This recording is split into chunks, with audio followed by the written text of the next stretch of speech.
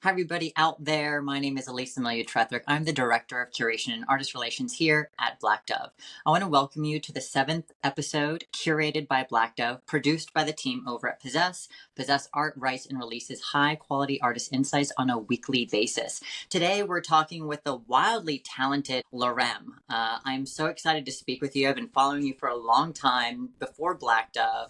Let's start from the beginning. How did you get into art in the first place? And was it always 3D art, or did you start off somewhere else? Yeah, first of all, thanks so much for having me. Yeah.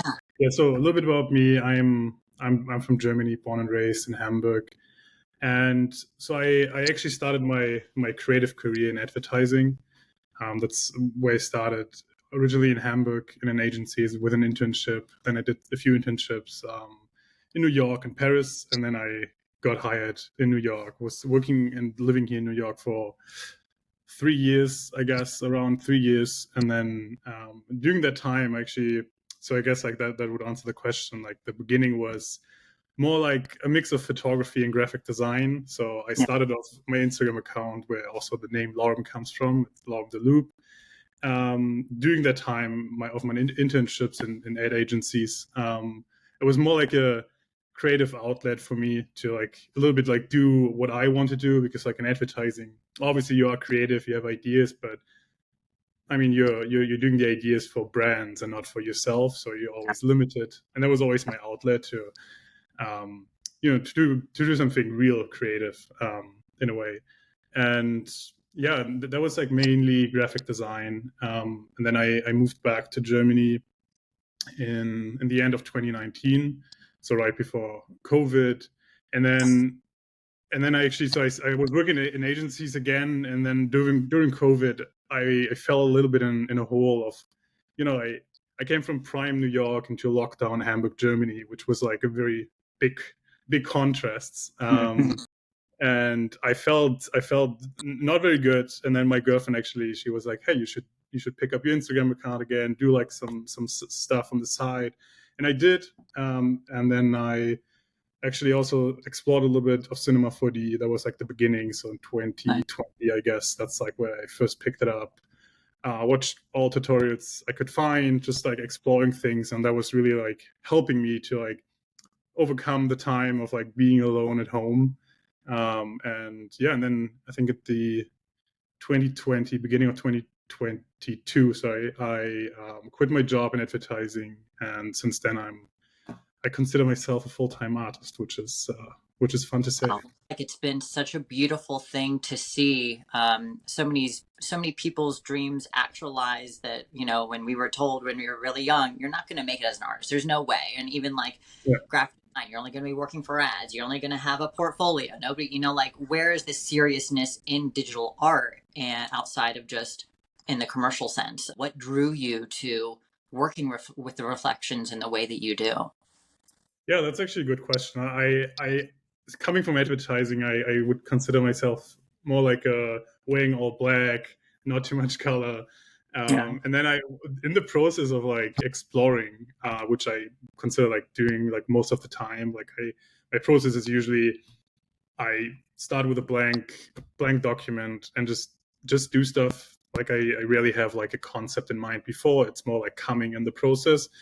And same for this. Like I just started working, and then more and more colors came up, and I explored different ways. And so it was. I kind of want to say it's a little bit random that it came up. I wasn't expecting it, and now I'm enjoying it a lot. That's what do you use right now for your software? Do you still use Cinema 4D? Yeah, Cinema 4D with Octane render. That's my setup.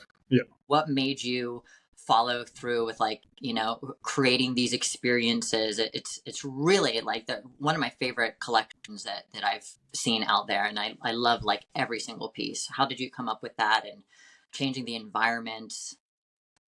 Yeah, thank you so much. So the original idea comes actually from a little bit my journey. As I said, as like creating the art is always for me like escaping reality. Is always like when I sit at my computer, when I put on my headphones, I listen to music. I just have them on, and I almost like I'm leaving this place, and this was pretty much the concept for this collection. So it's 33 pieces in total. And what I wanted to do is like visualize the places that I'm going to, without like necessarily like actually like I didn't sketch anything up. I just like created them on the go, and that was like in my head. Oh, this is the place that I'm going to. So it's the funny thing about it is like everybody who sees this usually asks me like, so where does the portal lead to? And I'm in my mind, in my head, while creating it, I was like, this is the place that I went. So I already went through the portal. I don't know where you end up, but this is like for me like my place where I escaped to.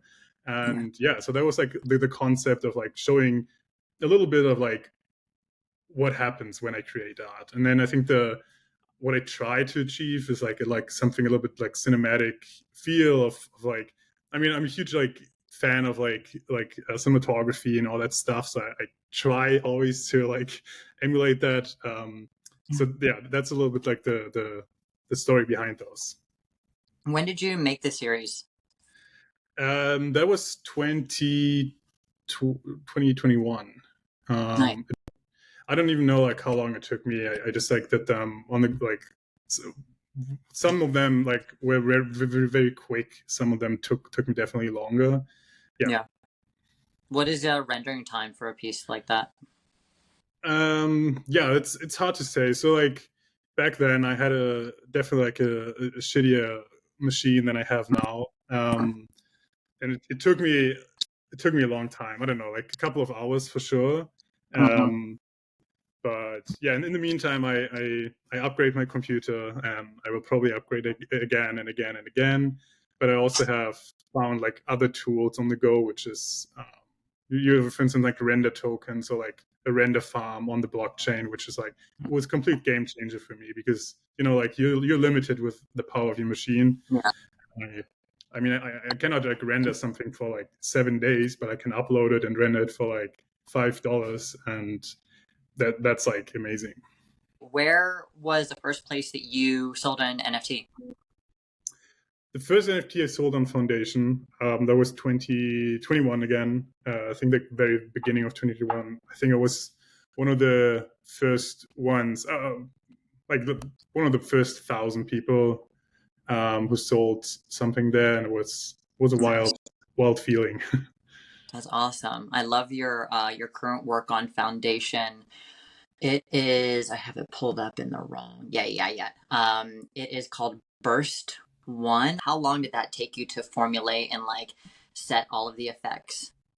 Yeah, it's actually not that crazy. Like that's the beauty a little bit of all these programs. They have a lot of like things that are pre set. You just need to like know how to use them, obviously, and then for this one, I think what makes it really special is obviously the light, like all the reflections is it's every time it's like it's calculating the stuff. It's like taking a long time, but yeah, like generally, like this piece is actually kind of like easy to do, but like I think getting there, and like this one, for example, also the concept, which I again like it wasn't a concept before I created it, but like while creating it, and like also the name is like a little bit the time where I felt like so compressed. I felt not good doing like in lockdown at home. So I needed like to a little bit like a vent to like get this out. Like otherwise I would have just bursted.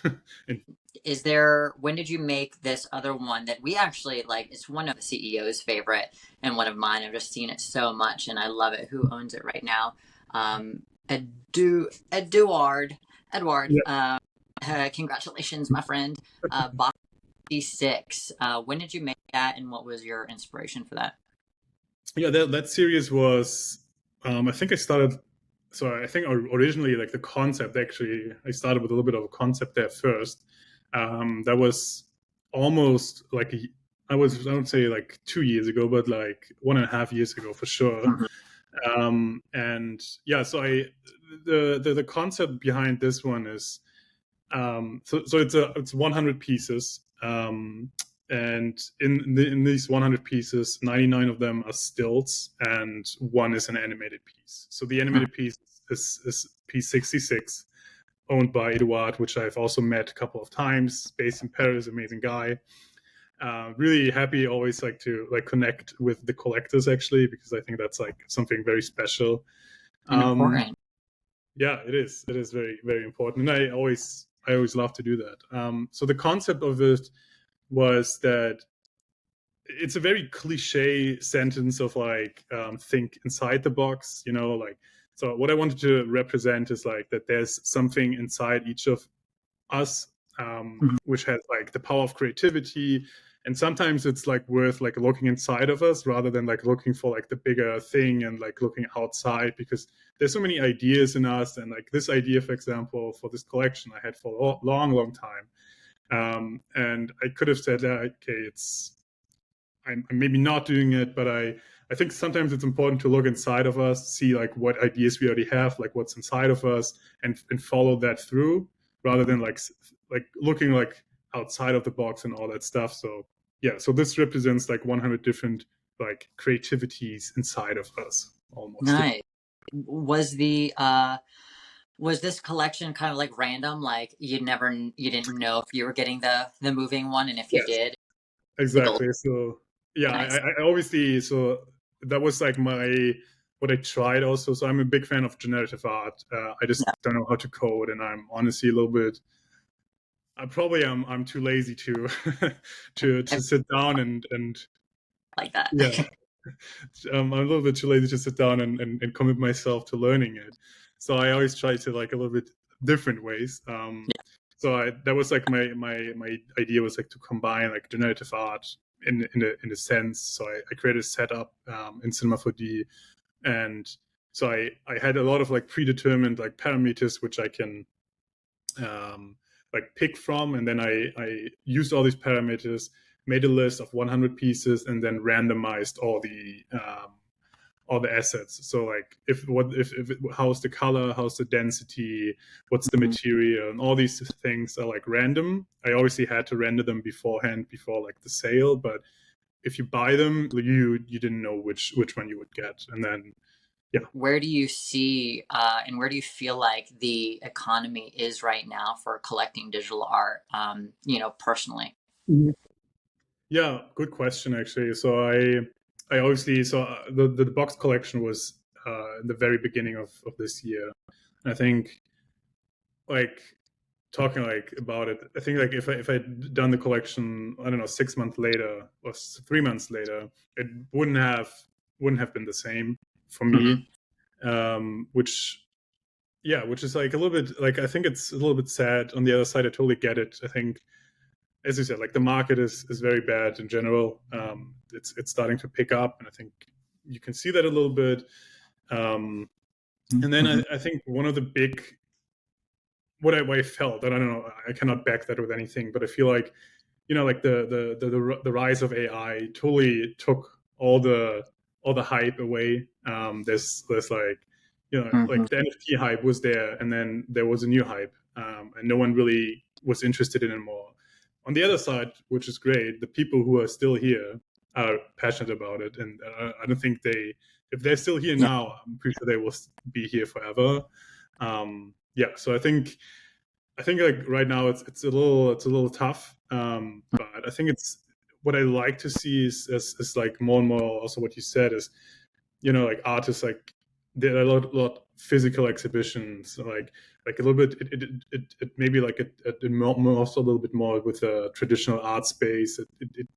The artists who are still also here taken very seriously as artists, and not like, I don't know, like 1 or 2 years ago where Yeah. art galleries were like, oh yeah, NFT, like no.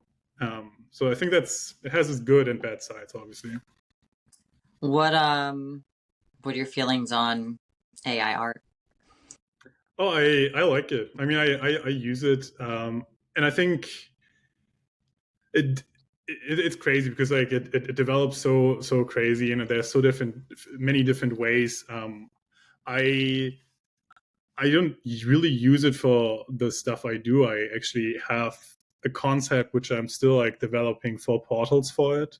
Hmm. Um, but yeah, I think it's great, and I think it's amazing, and it's crazy, and it like I use it sometimes on like other projects and like general AI, and it's it's changing everything, and I think it's good. I think it's good to be like challenged also by AI to like push for new things, better things. What curatorial events and showcases has your artwork been a part of? Yeah, I think beginning of the year also was a great year time. So I started off the year with an exhibition for Boxed that was in Berlin at the Bright Moments Gallery, which was great. And then a little bit later was Art Dubai, where I also was part of the Nice. Blackdove exhibition, which was great. And then I think like looking back, I really still enjoy, which is like roughly a year ago, was the opening of the Black Dove Turkey, like Istanbul gallery, which was really, really exciting because it was like super short notice, but I was actually supposed to go in the other direction to Mexico, but then I was like, no, I want to go there. So I changed everything and made it possible, and it was totally worth it. It was a great experience. Awesome. What else is in your future? What are you working on right now? Anything in the lineup? Anything exciting? Yeah, so I think one thing I probably is I can just drop it and then I actually have to work on it. I want to continue portals actually because it's the one collection that I'm really, I don't know, it's like I'm really passionate about it. I still like love to look at it. I think it resonates really great with people, and it like I don't know, like it helps them. So I want to expand on it, extend it, and so in my mind, I'm probably going to keep releasing 33 pieces at a time, and then like it should be like a continuous thing I want to do, and then maybe like you can see like changes in my style, changes on like my tools and everything. So I kind of like the idea of having like this one collection that follows me throughout the next years. So that's something I'm working on, and then I'm exploring AI out, obviously. Which will not be like I don't think I will use necessarily AI, just AI. I want to combine it a little bit with my art and like see where AI can take it, and that's something I'm exploring. But there's like nothing's planned for it really.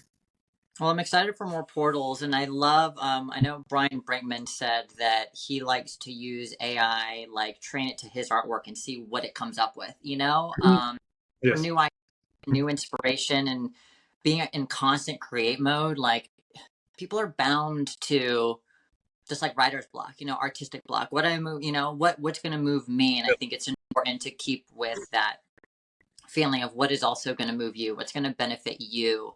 And I really love the meditative nature, again, like of portals, of this new exploration of self, of where is it leading me. Very meditative. And I want to, thank you for your time. Is there anything else that you wanted to tell people out there in the digital art and art community? I don't know. Maybe sometimes just get lost in your art. Like don't restrict yourself, and like just start blank, see what comes out of it, and then we'll make sure to share all of your links in the podcast, as well as the written portion that Possess is also creating. Awesome. Thank you so much. Thank you.